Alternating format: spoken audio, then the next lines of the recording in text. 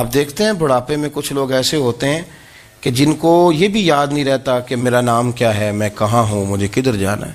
تو اس وقت سے اللہ کی پناہ مانگیں اور اپنی نظر اپنے رب کریم کی جانب رکھیں. علم کے بعد ایک چیز آتی ہے جس کا نام ہے ہدایت. یہ بھی اسی وقت ہی نصیب ہوتی ہے جب میرا رب کریم نصیب فرما دیتا ہے. ہم نے نا نیکی کا اپنا اپنا سٹیٹس بنا لیا ہے، اپنا اپنا معیار بنا لیا ہے. کچھ لوگ کہتے ہیں کہ جناب مسجد میں سیمٹ کا توڑا دینے سے بہتر ہے کسی غریب کو آٹے کا تھیلا دے دو.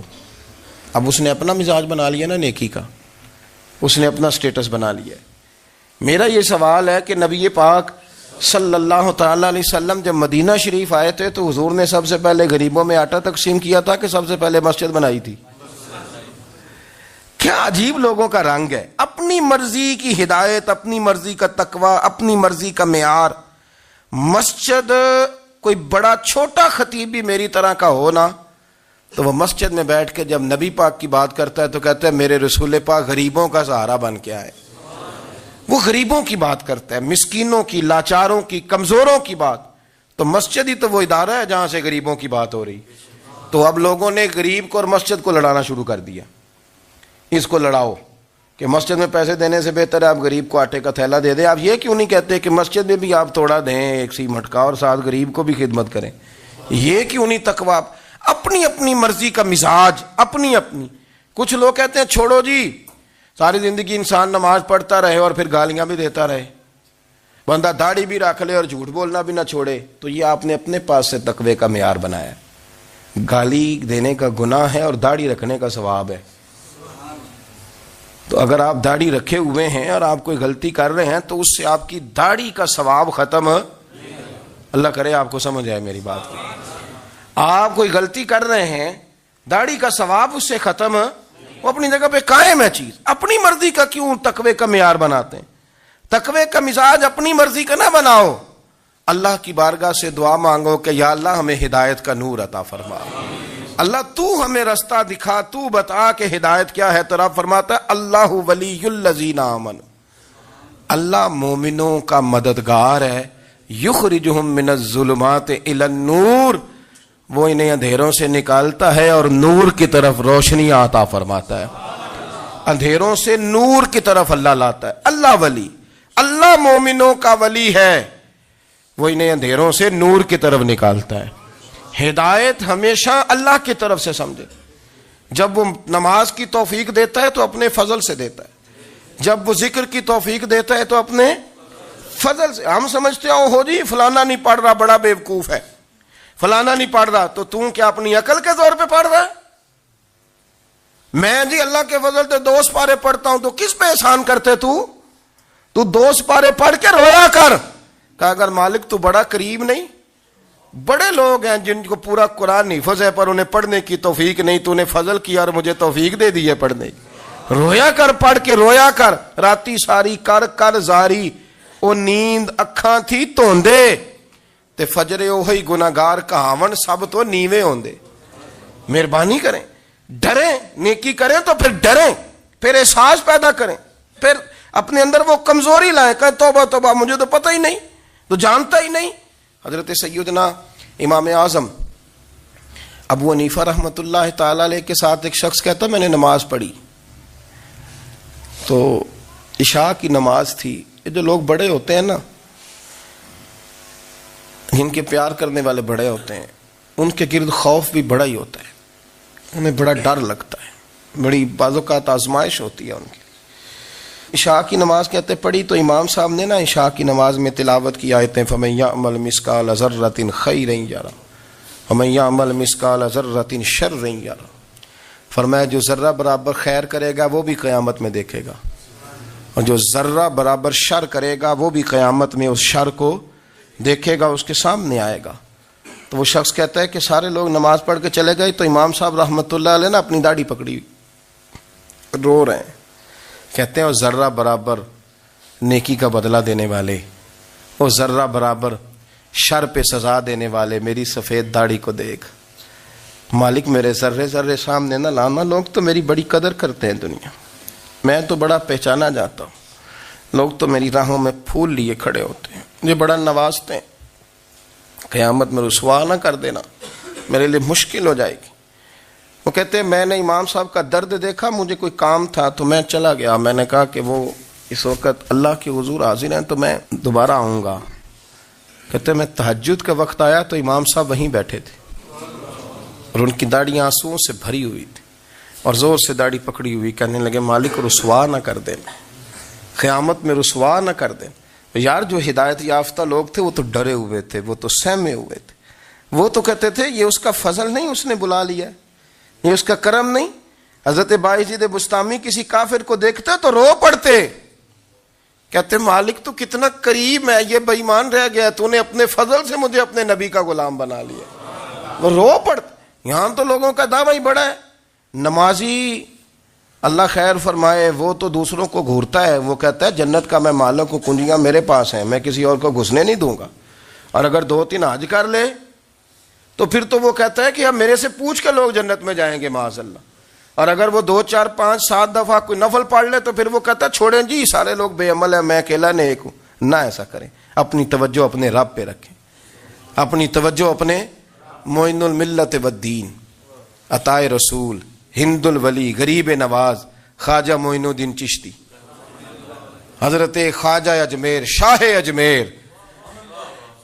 اجمیر، والی ہندوستان۔ آخری عمر میں نا سارا دن روتے گزر جاتا، ساری رات روتے گزر جاتے، ذرا سی کوئی بات کرتا تو رو پڑتے، آنکھیں آنسوؤں سے بھری رہتی۔ کئی دفعہ اپنے بھی پریشان ہو جاتے ہیں نا کہ یار تو ایک بات کی جان ہی نہیں چھوڑ رہا، تو خواجہ قطب الدین صاحب بختیار کاکی سے لوگوں نے کہا کہ آپ مرشد سے بات کریں، اتنا بھی تو نہیں نہ رونا چاہیے، ہر وقت اس کے آنسو کی کریے، عاشق دا کام ہی رونا تونا تے بنا رویوں نہیں منظوری، یہ عاشق سدا ہی روندا رہندا ہے، پاویں وصل ہوئے تے پاویں دوری، ہر وقت رونے کا کیا مطلب ہے؟ تو خواجہ قطب صاحب کہتے ہیں میں قریب گیا تو میں نے پیر دبائے، میں نے کہا سونیا لوگ تو کچھ بھی نہیں کرتے، تو نے تو کمال کر دیا، 90 لاکھ آدمی مسلمان کر دیا، دنیا کچھ نہیں کرتی، تو نے 50 سال ساری رات مصلے پہ بیٹھ کے رب راضی کیا، تو شہزادہ تھا، حضور کی اولاد تھا، لیکن معین الدین تیرا ایک پلاٹ بھی نہیں، تو نے طالب علم پالے، انہیں غریبوں کو دیا، تو نے نوازا، کوئی شے نہیں تیرے پاس، ہر چیز تو نے، ساری رات روتے ہو، سارا دن روتے ہو۔ تو خواجہ قطب الدین صاحب کہتے ہیں میں نے جب عرض کیا تو خواجہ صاحب مجھے گلے لگا لیا، چیخ مار کے روئے، کہنے لگے قطب الدین پتر داڑھی سفید ہو گئی، جانے کا وقت آ گیا، جو تو نے نیکیاں گنوائی ہیں وہ ہیں صحیح میرے پاس، پر یار کی بارگاہ میں پیش کرنے کے قابل ایک بھی نہیں، تو بارگاہ تو دیکھ کتنی بڑی ہے، رسول کریم کی بارگاہ میں پیش کرنے کے قابل ان میں سے ایک بھی نہیں، تو آستانہ دیکھ کتنا بڑا ہے، کیا پیش کروں گا، کیا عرض کروں گا حضور کی بارگاہ میں، کس طرح؟ وہ یار جو بڑے تھے وہ تو ڈرے ہوئے تھے، سہمے ہوئے تھے، وہ تو بڑی آزمائش میں تھے، لیکن میرا اور آپ کا رٹا 2 نمازیں پڑھ کے 6 نمازوں کا دعویٰ کرنا اور لمبی چوڑی کہانیاں بنانا اور اپنے منہ سے اپنی تعریفیں کرنا، اس سے تھوڑا باہر آئیں۔ رزق بھی میرا اللہ ہی دیتا ہے، علم بھی اللہ دیتا ہے، رزق بھی۔ بڑے بڑے فقیروں کو مالدار ہوتے دیکھا، بڑے بڑے مالداروں کو فقیر ہوتے دیکھا، بڑے بڑے، میرے ایک بڑا سخی قسم کا سجن ہے، بڑا پیارا ہے، میں اسے سخی مانتا ہوں، میں نے اپنی پریشانیوں کے دنوں میں بھی اس شخص کو سخی دیکھا۔ ایک دن رات کو مجھے ٹیلی فون کر کے کہنے لگا کدھر ہو؟ میں نے کہا میں گھر ہوں۔ نہیں اکثر سفر میں ہوتے ہو نا؟ میں نے کہا طبیعت کیسی ہے؟ ٹھیک ہے، بس حال چال پوچھنا تھا۔ میں نے سمجھائی، میں نے کہا یار یہ کوئی مسئلہ ہے، ورنہ رات کے 2 بجے کوئی حال پوچھنے کو فون تو نہیں نہ کرتا، کوئی مطلب ایسا تو مسئلہ نہیں نا۔ تو میں نے بیک کال کی، میں نے کہا یار میری بات سن، مسئلہ کیا؟ کہ نہیں کچھ نہیں دل کر رہا تھا۔ میں نے کہا میری گل سن، رہے ہیں اسی 4-5 سال کٹھے، میں تین جاننا، اصل بات کر۔ کہنے لگا مکان بھی بڑا ہے، سارا کچھ ٹھیک ہے، پر وہ بڑا ہی بے نیاز ہے، کچھ حالات اس قسم کے آ گئے ہیں کہ لوگوں کو بتاؤں بھی تو لوگ ماننے کو تیار نہیں، زیادہ نہیں، مجھے نا تھوڑے سے پیسوں کی ضرورت ہے، کوئی 15-20 ہزار اگر مل جائیں، میری ضرورت۔ آپ یقین کریں میں روتا رہا ساری رات، میں نے کہا مہربانہ تیرا کس طرح کریں گے، اس سے لے کے زمانہ استعمال کرتا تھا، پر بے پرواہی ویخ نہ سجڑ دی، جتھے کسے دی پیش نہ جاوے انہیں تاجاں والے در در رولے تے منگتیاں تخت بٹھاوے، سجنا کسے نو کارا مل دئی کوئی کعبے خالی آوے، واللہ خیر الرازقین، وہ کہتے تو دائیں بائیں نہ جا، رزق تو تجھے میں دوں گا، میں ہوں بہتر رزق دینے والا۔ بڑے بڑے بادشاہ، بڑے بڑے شہنشاہ، بڑے بڑے لوگ، ہاتھوں میں کاسے، فقیریاں۔ ام ربیعہ کہا کرتی تھیں، بڑی نیک اور صالح خاتون تھیں، وہ کہتی ہیں کہ میں نا بڑے امیر آدمی کی بیوی تھی، اپنے شوہر کے ساتھ چھت پہ بیٹھی تھی تو نیچے فقیر مانگنے والا آیا، اس نے بڑے درد سے صدا کی تو میں نے اپنے شوہر سے کہا کچھ دے دیں، کہا دفع کر، ان لوگوں نے دھندا بنایا ہوا ہے۔ کہتی میں میکے سے بھی بڑا مال لے کے آئی تھی، میرے ماں باپ بڑے امیر تھے تو میں نے نا چوری اپنے خامد سے نظر بچا کے باتھ روم جانے کے بہانے گئی اور نیچے جا کے 5 دینار میں نے اس فقیر کی ہتھیلی پہ رکھے۔ کہتے اس نے 5 دینار دیکھے، پھر میری طرف دیکھا تو میں نے اس کی آنکھوں میں آنسو چمکتے دیکھے، کہنے لگے بی بی رب تیرا بھلا کرے، میں 3 دنوں کا بھوکا ہوں۔ کہ وہ چلا گیا، میں گھر آ گئی، جب باہر آئی تو میرا شوہر کہنے لگا تو اتنی اب اتنی تو تیز ہو گئی ہے اور تو اتنی خود مختار ہو گئی ہے، میرے بغیر پوچھے مال خرچ کرے گی، جا تجھے 3 طلاقیں۔ کہتی میں بالدار اور وزادار باپ کی بیٹی تھی، طلاق لے کے گھر آئی تو میرا باپ ٹوٹ گیا، چارپائی پہ چلا گیا، اوہو یہ کیا بن گیا۔ کہتی بڑی تکلیف رہی، 1-2 سال کے بعد میرے ابا نے میری شادی کر دی۔ اب جس شوہر کے پاس گئی وہ بڑا نیک تھا، پرہیزگار تھا، اللہ نے بہترین صلہ دیا۔ کہتی چھت پہ بیٹھی تھی، دروازے پہ فقیر آیا تو میں نے شوہر سے کہا کچھ دے دوں، کہنے لگا 5 نہ دینا، 15 دینا، 20 دینا، میں فقیر ہوں، میں نے فقر سے دولت دیکھی ہے، اسے خالی نہ لوٹانا۔ کہتی ہے کہ میں نیچے گئی اور جب میں نے اس کی طرف دینار بڑھائے تو میری چیخ نکلی، پیسے پھینک کے میں بے ہوش ہو کے گری، میرا شوہر نے آ کے اٹھایا، اندر لے گیا، پانی منہ پہ چھڑکا، کہنے لگا تجھے کیا ہوا؟ کہنے لگی یہ جو مانگنے آیا یہ میرا پہلا شوہر تھا، وہی تھا جو کہتا تھا کہ تو 5 دینار دے آئیے، جا تجھے 3 طلاقیں۔ پڑھو نا حدیث پاک، میرے نبی پاک علیہ السلام نے فرمایا ایک بندہ گنجا تھا، گنجا، کوئی ترتیب آگے پیچھے ہو جائے تو مفہوم کے لحاظ سے، لیکن میں مفہوم اس کا واضح کرتا ہوں، ایک گنجا تھا، کوئی شے نہیں تھی، سر پہ بال بھی نہیں تھے، رویا کرتا تھا۔ اللہ تعالیٰ نے فرشتے کو بھیجا، تجھے کیا چاہیے؟ تو کہنے لگا بال آ جائیں اور تھوڑا مال آ جائے۔ فرشتے نے ہاتھ پھیرا تو بال بھی آ گئے تو بکریاں بھی آ گئیں، لائنیں لگ گئیں، مال ہی مال ہو گئے۔ دوسرے کے پاس گیا، وہ کوڑا تھا، اس کو جا کے کہا کیا چاہیے؟ کہنے لگا شفا ہو جائے اور کچھ اللہ تعالیٰ آسانی کر دے۔ شفا بھی ہو گئی، گائیں بھی دے دی، بھینسیں بھی دے دی، مال ہی مال ہو گئی۔ پھر ایک کے پاس گیا، وہ اندھا تھا، تجھے کیا چاہیے؟ اس نے کہا آنکھیں مل جائیں اور کچھ ساتھ اللہ مال دے دے۔ اونٹ ہی اونٹ ہو گئے۔ جب بڑا نواز دیا تو پھر مالک نے امتحان لینے کا ارادہ کیا، یاری تیری سونا ہے پر آزمائشاں بھی تیریاں اگ، آزمائشاں تیریاں، صحیح کہہ رہا ہوں، آزمائشاں تیریاں، یاری تیری سونا ہے پر آزمائشاں تیریاں، اے سونا پرکھیا جاوندا ہی پہلو نال لگاں دے لگ۔ اللہ نے فرمایا آزمائش کرو۔ سب سے پہلے گنجے کے پاس آئے، اسے کہا اللہ کے رستے میں کچھ دیکھنے لگا، میرے خرچے ہی بڑے، دیکھو تو صحیح کتنی مشکل میں وقت گزارتا ہوں، حال ہی کوئی نہیں۔ تو اس نے کہا میں نے تو سنا ہے تو گنجا اور بھوکا ننگا تھا۔ کہنے لگا میں تو جدی پشتی رئیس اعظم ہوں، تو یہ کس پاگل نے کہا ہے بھاگ جا؟ اس نے کہا اچھا جیسے تو تھا ویسے ہی ہو جائے۔ کھیت کھلیان اجڑ گئے، پھر سے گنجا ہو گیا۔ حضور علیہ السلام فرمانے لگے، پھر وہ اس کے پاس گیا جو کوڑا تھا، اسے کہا کچھ دے، کہنے لگا خرچے ہی بڑے۔